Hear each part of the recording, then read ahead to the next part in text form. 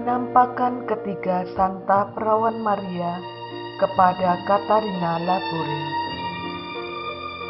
Hari itu adalah Sabtu pertama sebelum minggu pertama masa Advent, jam 5:30 sore.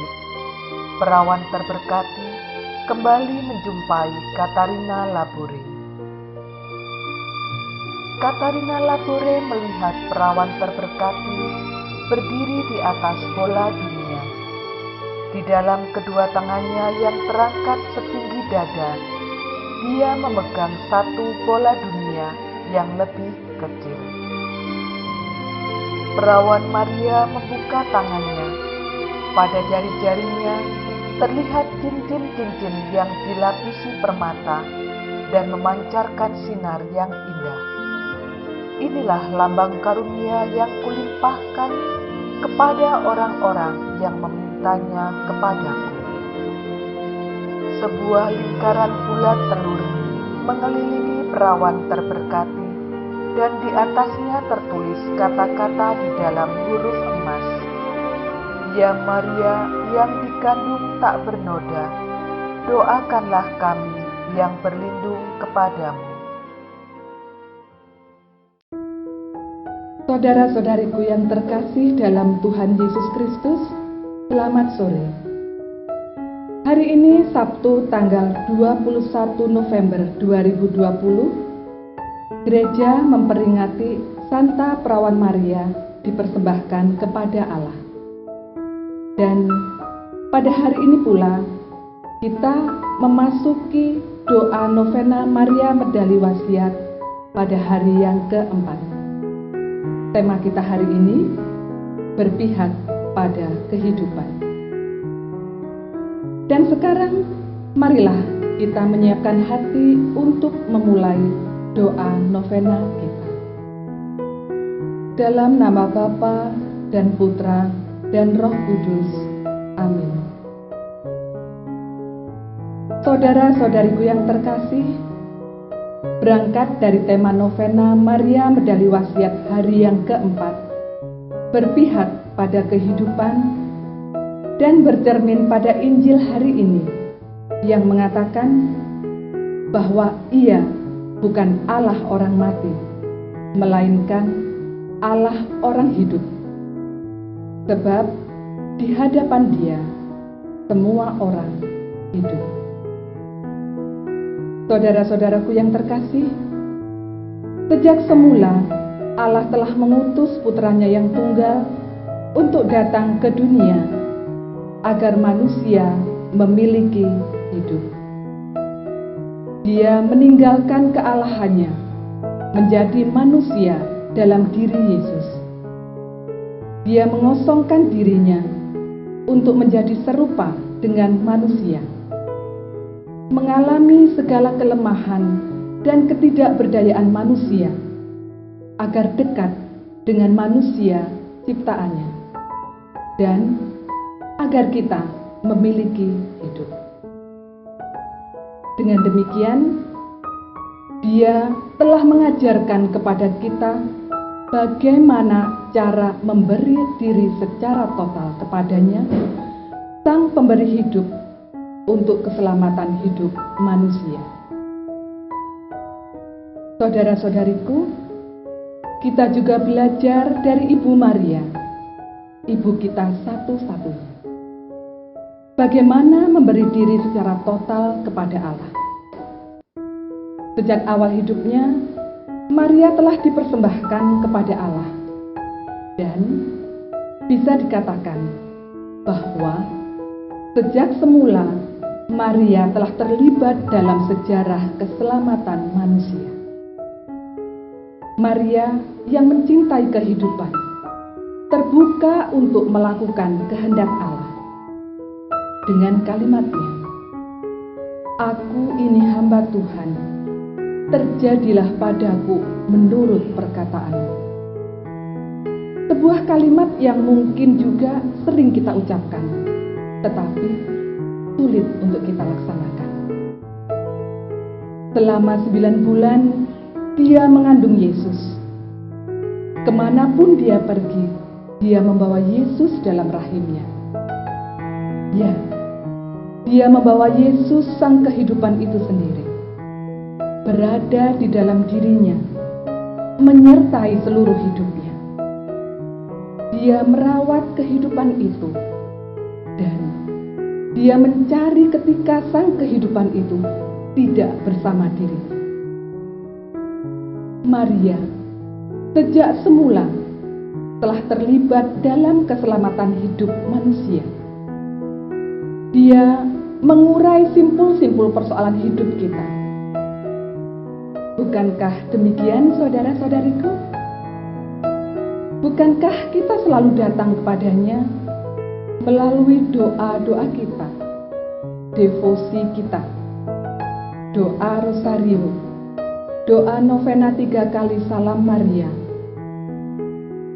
dan yang saat ini sedang kita jalani bersama, doa novena Maria Medali Wasiat. Satu bukti keterlibatan Maria yang berpihak pada kehidupan manusia, dan yang meminta keterlibatan kita juga sebagai manusia yang lemah, miskin, tak berdaya, juga rapuh. Tetapi di tengah kelemahan dan kerapuhan itu, kita dipakai oleh Allah untuk menjadi sarana keselamatan bagi orang lain dan seluruh ciptaan. Dalam novena Maria Medali Wasiat ini, kita juga diajak untuk belajar dari Santa Katarina Laboure. Sejak kecil, dia juga telah memberi diri kepada Allah.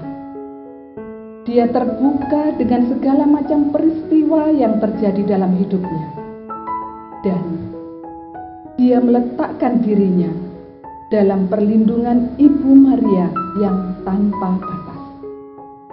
Hingga pada akhirnya Allah sendiri meminta dia untuk menjadi sarana keselamatan bagi manusia lainnya melalui perantaraan Bunda Maria. Dia membawa kehidupan bagi mereka yang membutuhkan pertolongan. Bagaimana dengan kita? Apakah dalam hidup kita juga berpihak pada kehidupan? Apakah hidup orang lain atau manusia lain menjadi perhatian atau fokus kita untuk kita perjuangkan dalam hidup sehari-hari? Apakah keberpihakan kita kepada hidup juga mendorong kita untuk semakin mengasihi sesama kita? Membawa secara rohani Yesus sang kehidupan dalam perjumpaan kita dengan orang-orang di sekitar kita, sehingga mereka juga mengalami kasih Allah. Apakah tangan kita mulai mudah terulur untuk menolong mereka yang membutuhkan pertolongan? Terlebih di saat pandemi COVID-19 ini, ketika begitu banyak orang disingkirkan karena mereka terjangkit virus ini, ketika banyak orang terpuruk dari segala sisi kehidupan, yang miskin semakin miskin, apakah hati kita tergerak dan bergegas setidak-tidaknya berpikir mencari jalan untuk bisa menolong mereka, bergegas menjumpai mereka yang membutuhkan pertolongan, agar mereka tetap bisa bertahan hidup? Atau sebaliknya, kita masih berfokus pada diri sendiri, tidak mau keluar dari diri sendiri. Semua masih tertuju pada diri sendiri. Kita membawa diri sendiri. Yang penting aku selamat. Orang lain tidak selamat, itu bukan urusan. Apakah demikian? Saudara-saudariku yang terkasih dalam Kristus, Allah adalah Allah orang hidup. maka segala sesuatu selalu terarah agar hidup itu diperjuangkan dan dipelihara dengan baik. Kehidupan merupakan hak semua makhluk ciptaan Allah. Tidak ada seorang pun yang berhak mengambil hidup seseorang, bahkan hidup ciptaan lain. Sebagai orang beriman, kita diajak untuk menghargai hidup itu dengan memelihara dan merawatnya. Penghargaan kepada hidup juga penghargaan kepada Dia yang memberi kehidupan. Maka hidup kita juga akan mengalirkan penghargaan kepada kehidupan di sekitar kita. Caritas Christi Urgent Nos. Semoga cinta kasih Kristus yang tersalib mendorong kita untuk berpihak pada kehidupan, yang berarti kita terlibat dalam rencana kasih Allah dengan menghargai hidup, merawat, memelihara, dan memperjuangkan kehidupan dalam kasih dan keadilan. Semoga Tuhan memberkati kita. Amin.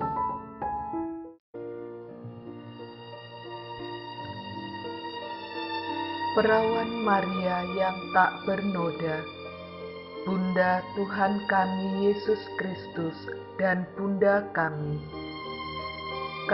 begitu mempercayai pengantaraan Bunda, karena Engkau tak pernah gagal, dan hal ini seringkali Engkau tunjukkan melalui medali wasiat. Kami anak-Mu yang penuh kasih dan percaya ini berdoa kepadamu, agar Engkau memohonkan rahmat dan bantuan yang kami minta selama novena ini. Jika memang hal itu bermanfaat bagi kami dan bagi orang-orang yang kami doakan.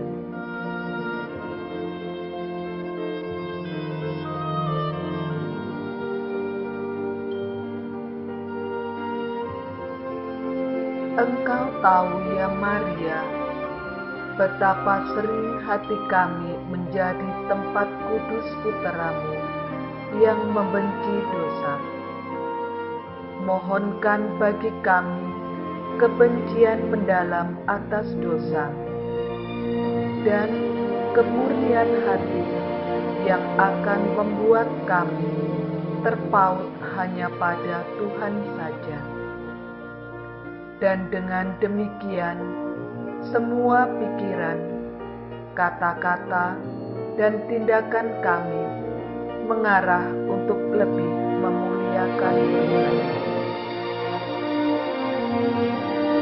Mohonkan bagi kami juga semangat berdoa dan menyangkal diri, sehingga kami dapat pulih melalui pertobatan yang terus-menerus, dan pada akhirnya kami dapat mencapai tempat tinggal-Mu, di mana Engkau menjadi Ratu para malaikat dan manusia. Amin. Ya Maria yang terkandung tak bernoda, doakanlah kami yang berlindung kepadamu. Ya Maria yang terkandung tak bernoda, doakanlah kami yang berlindung kepadamu. Ya Maria yang terkandung tak bernoda, doakanlah kami yang berlindung kepadamu. Doa penyerahan diri kepada Bunda Medali Wasiat. Ya Maria perawan tak bernoda dan Bunda Yesus, kami menghaturkan dan mempersembahkan jiwa raga kami kepadamu.